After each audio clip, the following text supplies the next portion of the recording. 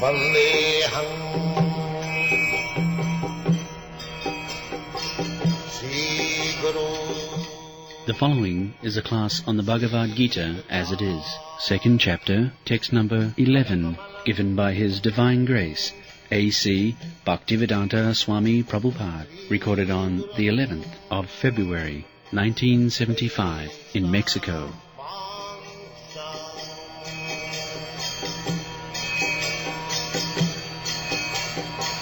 Srirupam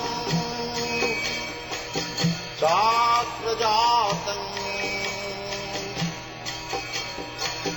Sahagana Raghunathantam Tvam Sativam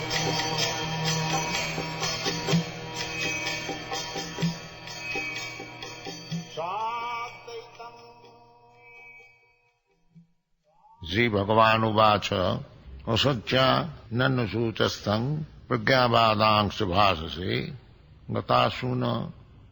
gatasunangcha nanasuchanti pandita. Bhagavan-uvaca. Bhagavan means the Supreme Being. In the English dictionary, when you consult the word God, it is stated there, the Supreme Being.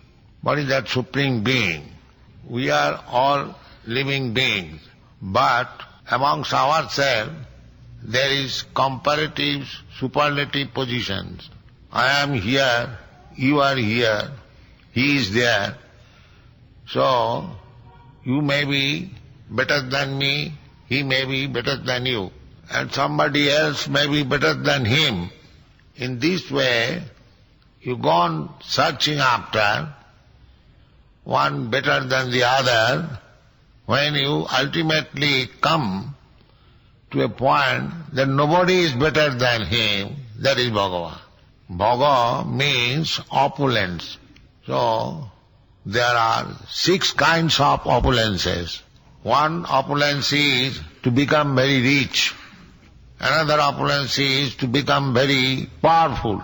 Another opulence is to become very strong. Another opulence is to become very famous. Another opulence is to become very wise. And another opulence is to become very much renounced.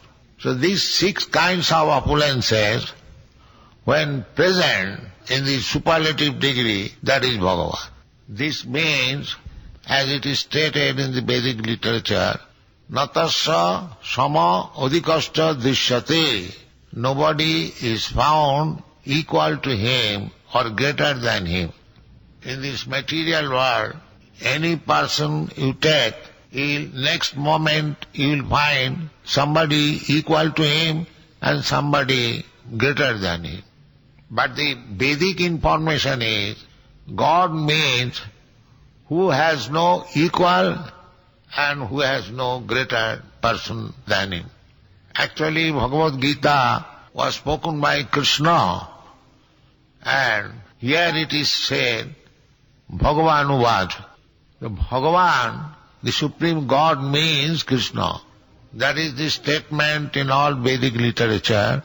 Ishvara Parama Krishna Satchidananda Vigraha Anadi Radhi Govinda Sarvakarana Karana. Means that Ishvara, controller, the Supreme Controller is Krishna. We are also controller. I control a few people, you control a few men, another control more men, another more men, or you can go on. But the Supreme Controller, who controls everyone, all big controllers, that is Krishna. Therefore when it is said Bhagavan-uvaca, that means the version which is presented herewith was spoken by the Supreme Controller. So, our process of receiving knowledge is from the Supreme Controller.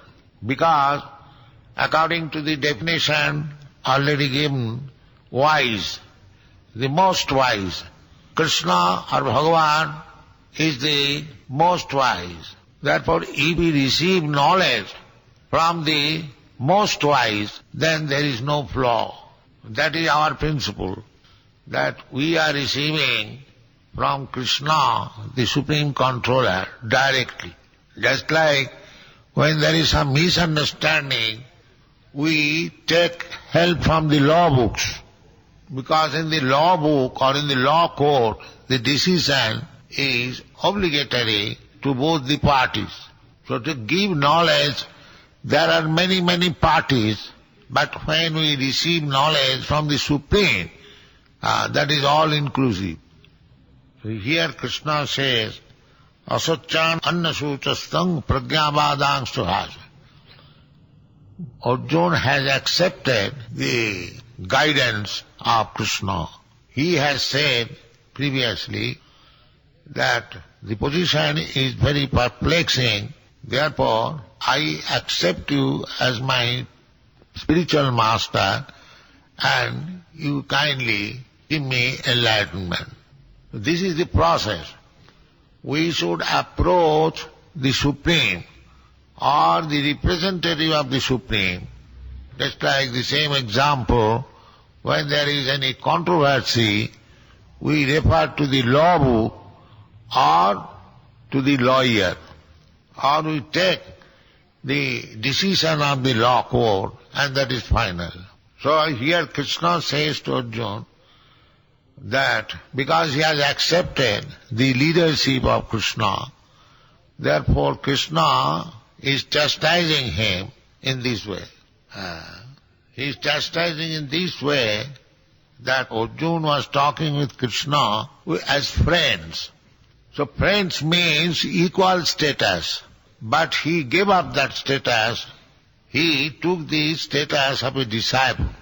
A disciple means who voluntarily agrees to be disciplined by the spiritual master.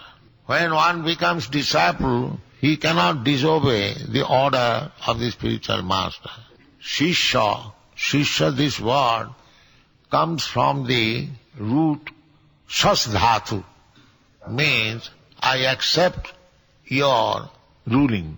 So previously Arjuna has accepted Shishyastehang sadhimang prapannam. I am now surrendered to you and I agree voluntarily to accept your ruling. This is the relationship between the spiritual master and the disciple. So we have got 10 kinds of offences in chanting the Hare Krishna mantra. The first offence is Guru Avagya, means to disobey the orders of Guru, spiritual master. One cannot disobey the orders of Guru. Chaitanya Mahaprabhu, although he is Krishna himself, he also says, Guru more murkha deki korila sasan. My Guru, my spiritual master saw me a fool, and therefore he has chastised me. So therefore, because Arjuna has accepted Krishna as Guru, therefore he is chastising him that you are lamenting on a subject matter which is not done by any learned man. That means you are not a learned man, you are fool. The learned man does not do like this. That means you are not learned man because you are doing this. So Krishna says that you are not in the knowledge of things, still you are lamenting on the bodily concept of life.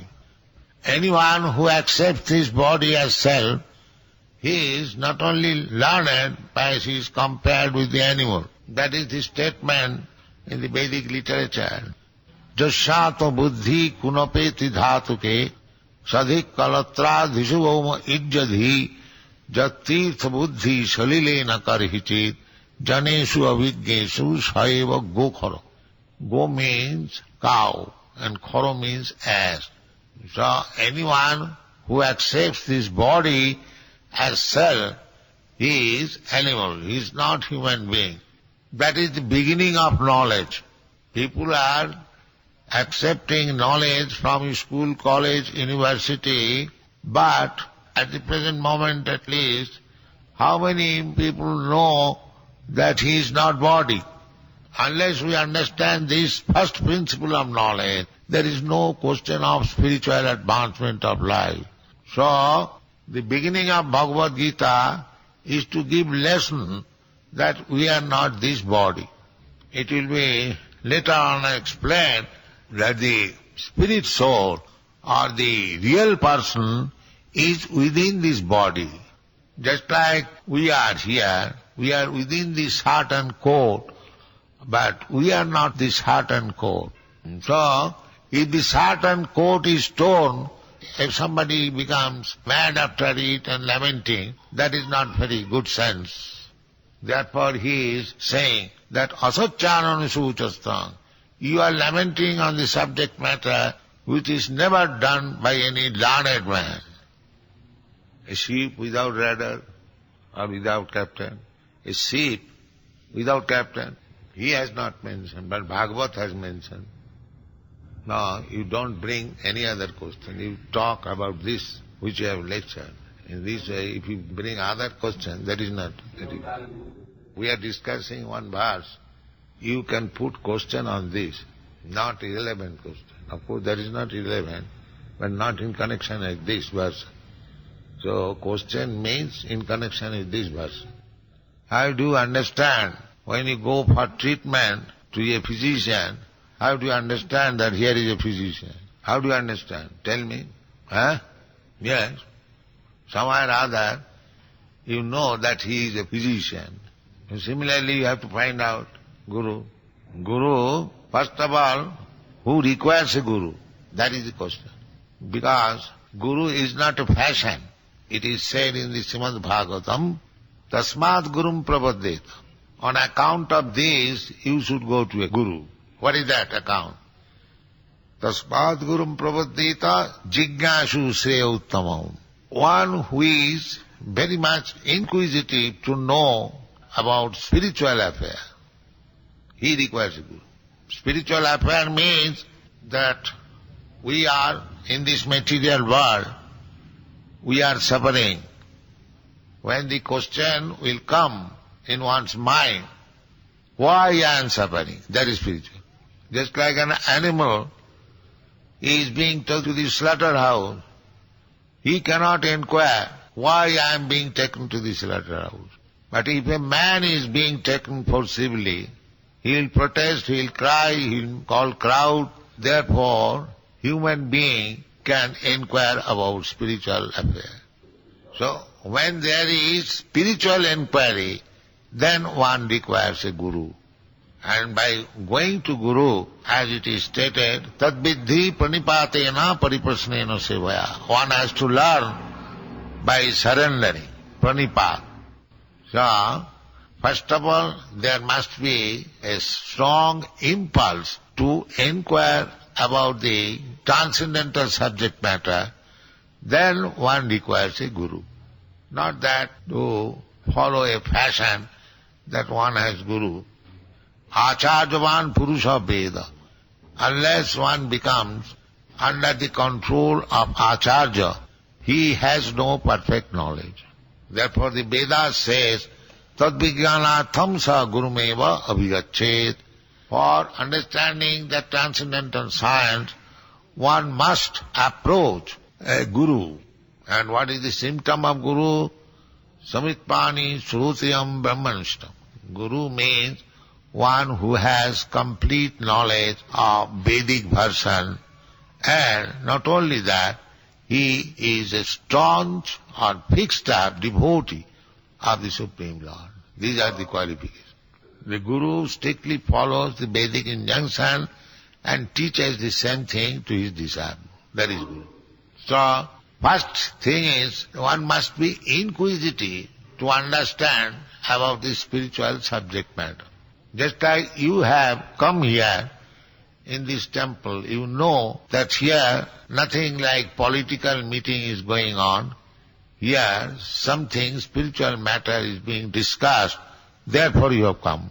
This inclination is the beginning of spiritual life. This is called Shraddha. Shraddha means faith. So, this Shraddha has to be developed further.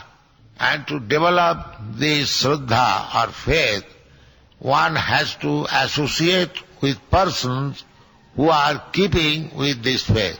Therefore it is said, Ādau Shraddhya Tato Sadhu Sangha. First of all faith, then to associate with persons who are devotees and faithful. In this way, when further development is done, then Ato Bhajana Kriya means the learning the process of devotional service. No gambling, no meat eating. These are not wanted. In the beginning of life, nobody smokes or nobody becomes intoxicated. It is learned by bad association. Similarly, it can be given up by good association. They are called anarthas. Anartha means unwanted bad habits. So, when we are children, innocent, we have no bad habits. But as we grow and associate with bad company, we also acquire all these bad habits. So to give up all these bad habits means we have to associate with sadhus or devotees, saintly person, then we can give it up. This is called anartha nivritti, means giving up all unwanted bad habits. These things are not wanted. Nobody dies if he does not smoke or drink. Nobody dies. So artificially we learn it, so by good association we can give it up. So when we are purified out of all the bad habits, then we become fixed up in spiritual knowledge. So in this way we make advance in spiritual life, and at the last stage we become lover of God. This is the process, and one who teaches this process, he is Guru. This is the definition of Guru. I do not know what you say, where it is. No, when we are teaching, it is because the people are suffering on account of ignorance. Therefore we are teaching. How we are callous. We are not callous, we are very much sympathetic to give them knowledge. How do you say? The devotees are not callous. Why they are touring all over the world, accepting so much trouble, opposition? Because they are very much sympathetic with the people who are suffering out of ignorance. They are the most sympathetic friend of the human society. So this is not true that they are callous. So any other question? If you don't commit offense, why do you voluntarily commit offense? You should not commit offense, then it will be all right, purified, by performing Sankirtan. Just like if a man drinks, and if he drinks, then he becomes a drunkard. Drink more and he becomes drunkard. Similarly, chant more and he becomes a perfect chanter. Yes, that is the first offense. Guru Rabagya, Shruti Shastra Nindanam, Shruti Shastra Nindanam, Guru Rabagya. If you accept Guru and again disobey him, then what is your position? You are not a gentleman. He promised before Guru, before Krishna, before fire, that I shall obey your order, I shall execute this, and again you do not do this, then you are not even a gentleman. What to speak about devotee? This is common sense. You cannot understand? He can take prasadam.